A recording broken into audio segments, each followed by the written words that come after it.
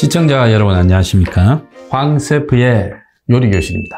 세상 살다 보면 참 별의 꼴을 다 보고 삽니다. 요리사들은 과거는 이게 손님이 진상을 뜬다 하고 이제 서빙하는 직원들이 이야기를 하면 거기다가 침을 뱉거나 코딱지를 넣거나 이런 짓들을 했죠. 그렇지만 요즘은 이제 그렇게는 못하죠. CCTV도 있고 또 큰일 날 일이기 때문에요. 그런데 이 요리사들은 어떻게 스트레스를 풀까? 칼질을 일단 많이 하지 않습니까? 이 칼질이라는 게 이게 살생하고도 관계가 있기 때문에 칼 잡고 사는 사람들은 뭡니까? 검사, 칼잡이라고 그러잖아요. 또 누가 있을까요? 생선 가게 가면 생선 머리 따고 딱 이게 지느러미 따고 배 따고 창자 꺼내고 하는 분들이 있잖아요. 또 정육점에 가면 또 막 도축하는 분들 계시잖아요. 그 다음에 요리사는 온갖 육류부터 시작해서 생선까지 온갖 이 감자, 고구마까지 다 쓰리죠. 그래서 그렇게 해서 스트레스를 해소하지 않을까 생각합니다. 자, 오늘 이재명이가 당사를 침탈당했다고 울먹였던 것 같습니다. 19일 날 검찰에서 9명의 직원을 보내가지고 오후 3시 반에 김용 건에 대해서 민주당 8층이 민주연구원으로 쏜대요. 그래서 8층에 들어가겠다고 하니까 당에서 당원들 또 당직자들 나와가지고 막아섰죠. 밤까지 진입을 시도했지만 결국 실패했습니다. 근데 그 사이에 21일 날 김용에 대해서 구속영장이 지금 통과됐어요.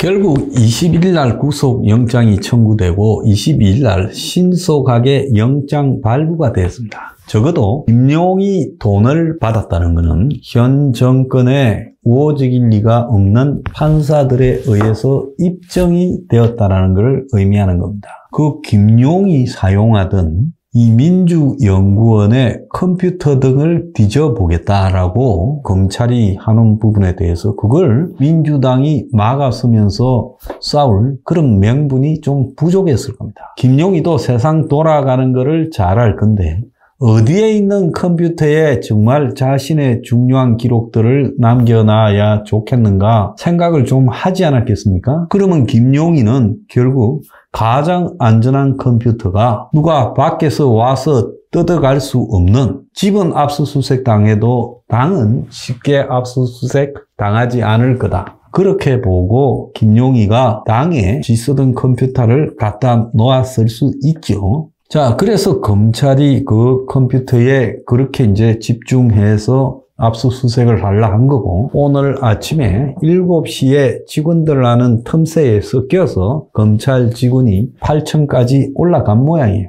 그래서 사실상 8층에서 민주당 당직자를 부른 것 같습니다. 압수수색 한다고. 그러니까 이제 어차피 침탈된 거 검찰을 갖다가 밖으로 잡아서 끄집어내면 그거야말로 이제 뭐가 성립될까요? 공무집행방해가 성립되니까 8층에서 대치하고 변호사가 왔을 거고 그 변호사 앞에서 검찰이 압수수색을 한 걸로 보여요. 자, 그러면 19일 날 김용이 체포되고 그리고 또 구속영장이 22일 날 떨어졌는데 민주당에서 김용이 쓰던 컴퓨터가 있었다면 그걸 그대로 놔뒀을까요? 일반 PC 같으면 하드를 빼버리고 다른 걸로 교체했을 수도 있고 아예 컴퓨터 자체를 드러내고 다른 컴퓨터로 바꿨을 수도 있다는 거예요. 그 다음에 노트북 같으면 일찌감치 치워버렸을 가능성도 크다는 겁니다. 그걸 지금까지 둔다면 그건 비상식적이죠. 그래서 검찰이 컴퓨터를 들고 왔는데 보니까 하드가 바뀌었다. 그러면 이제 이 부분을 가지고 공무집행방해다라 이렇게 할 수 있지만 당사자가 자기 컴퓨터를 바꾼 부분에 대해서는 뭐라 할 수는 없어요. 다만 제3자가 그런 짓을 했다면 증거인멸에 대한 죄를 물을 수는 있겠죠. 그래서 검찰이 노렸던 거는 지금 김용의 컴퓨터에서 뭔가 김용이 받아온 6억을 가지고 실질적으로 거기에 이재명의 선거를 위해서 싼 내용들을 기록해놨다. 아니면 사조직을 만들어서 운영했다. 일부 언론은 그렇게 보도를 하는데 자, 저는 그렇지 않다고 봅니다. 김용희가 8억을 달라고 했는데 총 뭐 8억 4,700이에요. 4,700은 어떤 경로로 갔는지 모르겠는데 그걸 가지고 유동규가 1억을 손댔다? 여러분 상식적으로 이해가 갑니까? 유동규가 1억을 손댄 거는 저자는 아무것도 하지 않고 그냥 생으로 이재명이 척근이라고 뜯어간다 생각했기 때문에 유동규가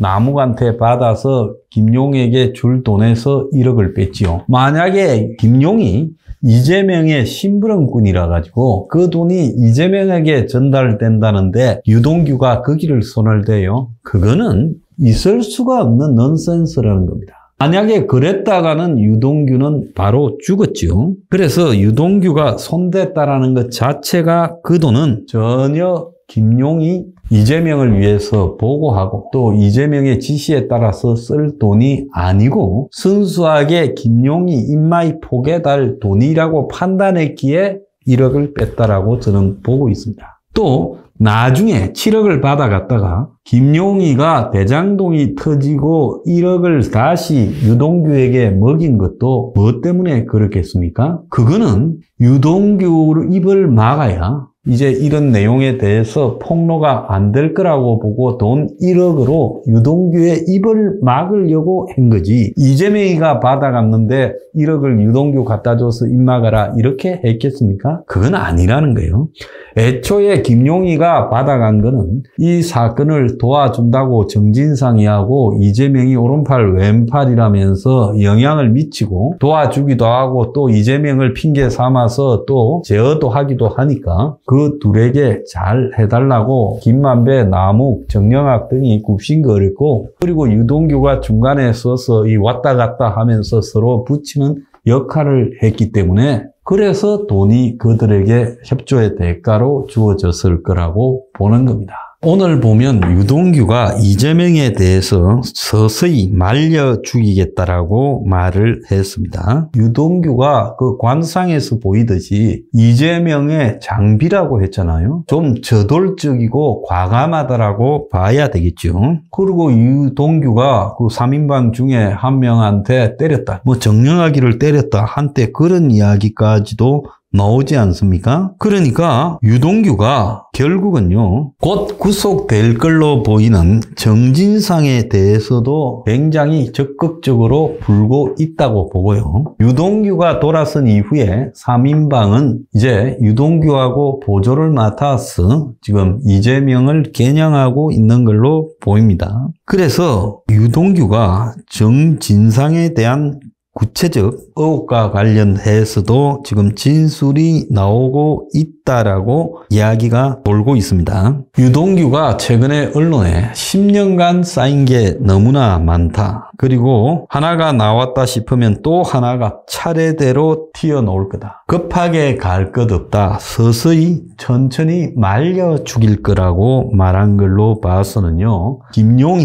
그 다음에 정진상이까지 아웃되고 그 다음에 이재명 순서가 될 거라고 보고 있습니다. 그래서 유동규는 내가 그들하고 10년을 같이 해서 너무 잘 알고 있고 내가 입을 다물기를 그들은 바랬을 것이다 라고 말을 하고요. 이재명, 정진상, 김용희 1원도 받아 쓴 적이 없다라고 말한 데 대해 돈을 요구해 가지고 실컷 받아 쓸 때는 언제고 만난 적이 없다. 내가 유령을 만났나? 검찰에 다 이야기를 하겠다. 유흥주점에서 술을 한 100번 먹었는데 술값을 한 번도 낸 적이 없다. 그것만 해도 얼마일까? 지금 이렇게 말을 했다는 겁니다. 그리고 심지어 내가 옛날 전화기는 내연녀한테 맡겨두고 새로 전화기 바꾼 거 며칠 되지도 않은 전화기를 또 버리라고 해서 버렸다. 자, 그런데 그것도 다 나중에 검찰 손에 들어가게 되지 않았느냐.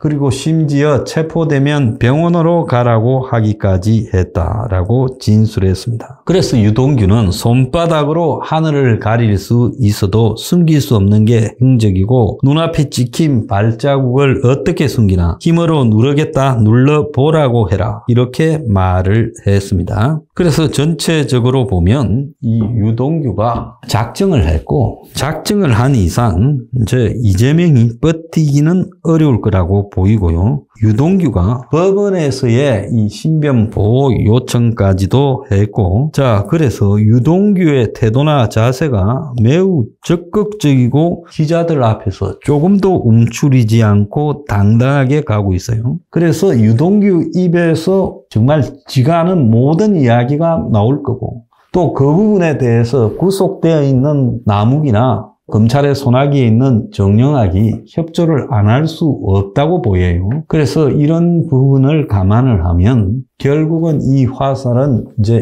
이재명에게 갈 건데, 문제는 이재명의 몸통이 터져 나오지 않으면 이거 다 헛거다는 겁니다. 자, 그런데 왜 그러면 검찰은 끝까지 민주연구원 8층을 갖다가 김용의 방을 틀어보려고 했을까요? 그거는 뭐가 나올 거라기를 기대했다기보다는 끝까지 막아서는 야당의 망신주기였다고 저는 보고 있습니다. 자, 김용의 그 방을 틀거나 안 틀거나 관계없이 일정하게 김용과 관련되는 부분의 수사는 사실상 끝이 났고요. 이제 김용과 정진상이가 이재명을 배신해야 그래도 햇빛을 너무 오랫동안 못 보지 않는다는 겁니다. 그들은 언제 이재명을 배신할까요? 오늘의 디저트. 요리조리 뺀질하게 살던 이재명 끝이 보이나?